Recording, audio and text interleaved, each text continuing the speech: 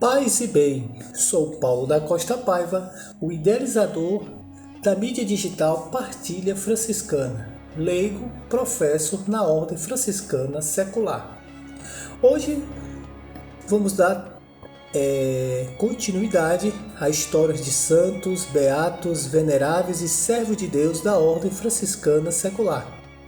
E novamente vamos dar continuidade à história dos mártires do Japão. Vamos começar hoje falando sobre São Francisco Farrelante.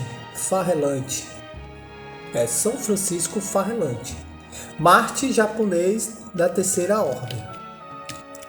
Nascido em uma família pagã, depois de um longo catecumenato, foi batizado com entusiasmo, viveu a sua fé, ingressou na Ordem Terceira Franciscana e tomou o nome de Francisco por sua devoção a São Francisco de Assis, o nosso pai seráfico, o fundador das três ordens.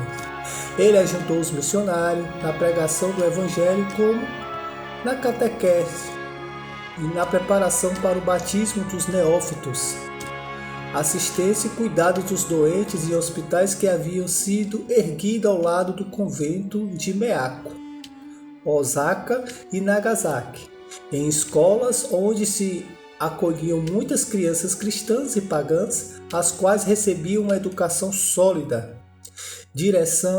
A direção desse trabalho foi confiada aos terceiros.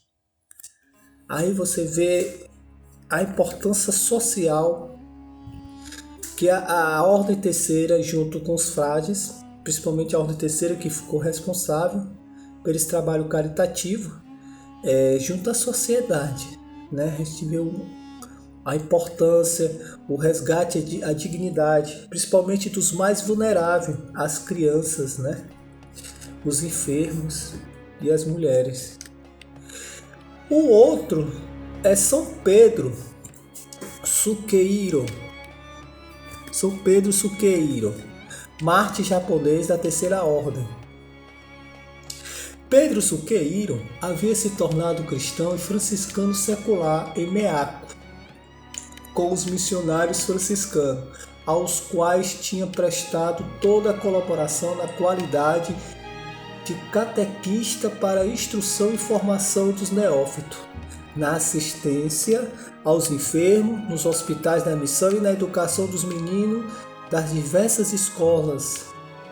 Quando em 1596 desencadeou a perseguição, de Hideyoshi, que como furacão se abateu sobre os homens e instituições, tudo destruindo. Os missionários, os terciários japoneses de Meako e Osaka foram prisioneiros e levados a Nagasaki a fim de serem crucificados, que relata, dá alguns detalhes como foi o mártires desses franciscanos, tanto religiosos como terciários. O outro é São Miguel Kosaki, de Isco, mártir japonês, como os outros, da Terceira Ordem. Miguel Kosaki, originário de Isco, Japão, era um fervoroso cristão da Terceira Ordem, era um ativo catequista no serviço missionário de Meako. Seu filho Tomás viveu com os franciscanos desde a idade de 15 anos, trabalhando como acólito e catequista.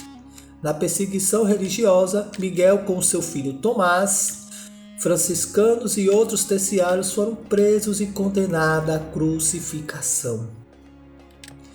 Enquanto ele subia a Santa Colina, os cristãos se prostraram diante deles, pedindo que não os esquecesse quando chegasse diante de Deus. Uns enxugavam o sangue que escorria dos condenados, outros se tornavam cristãos e pediam que fossem martirizados. A gente vê aqui o testemunho dessas pessoas, entre elas jovens, outros até crianças. Já falei de relatos de crianças de 11 e 13 anos que foram martirizados, passaram por uma dolorosa experiência. E o que foi muito forte nesse relato que enquanto escorria sangue e enxugavam, outros desejavam ser batizados e até martirizados em nome de Deus.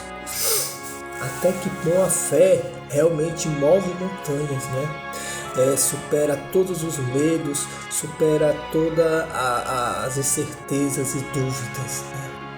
Quando é verdadeiramente vivenciada a fé. Não que a gente seja favorável à violência, à morte, mas às vezes encontramos situações que vai além da dor, além do medo, além do egoísmo, né? É a superação, é a transcendência que além da alma arrasta consigo o corpo, arrasta consigo multidões.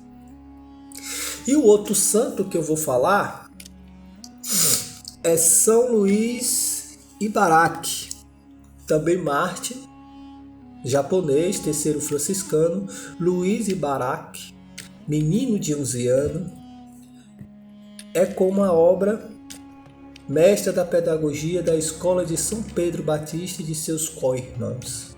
Órfão de pai e mãe, tinha vivido com seus tios que o acolheram em casa como filho. Logo foi recomendado aos santos Leão Karasuma e Paulo Ibaraki, que foram seus preceptores. Desejando fazer-se franciscano e sacerdote, foi recebido no seminário. Foram seus grandes amigos e colegas de martírio Santo Antônio de Nagasaki, de 13 anos, e São Tomás de Cossack, 15 anos. Sereno, cordial, afável, passou como um meteoro de luz, viveu como um anjo, sempre o primeiro na oração, era acólito, cantor, servia com fervor na Santa Missa e ensinava catecismo aos meninos menores que ele. São Pedro Batista deu-se conta rapidamente de sua boa índole e o mantinha sempre consigo nas celebrações litúrgicas e nas obras de assistência e de evangelização. Mais um jovem, mais uma criança, acólito, catequista, cantor, estava sempre disposto, sempre com prazer e disposição no servir a Deus, e esse servir a Deus foi até as últimas consequências. Mais um sangue de inocente derramado, de uma criança, de um pequeno jovem que estava à flor da vida, mas que se ofereceu a Deus pela humanidade, pela salvação da humanidade. Aqui é o relato dos mártires que atinge qualquer um de nós cristãos, dependendo do contexto e da situação, às vezes pelos nossos princípios, a gente vai às últimas consequências. Não que sejamos sádicos ou porque gostamos da dor, da morte, mas às vezes para abraçar os princípios e aquilo que acredita verdadeiramente, chegamos às últimas consequências. Nosso Deus não é um Deus de morte, é um Deus da vida. Mas às vezes, para assegurar o resgate da dignidade de muitos, às vezes a gente se propõe a fazer o sacrifício, e às vezes esse sacrifício vai até as últimas consequências. Mas o mais importante, acima de tudo, é que a morte não é o fim. A morte é uma consequência.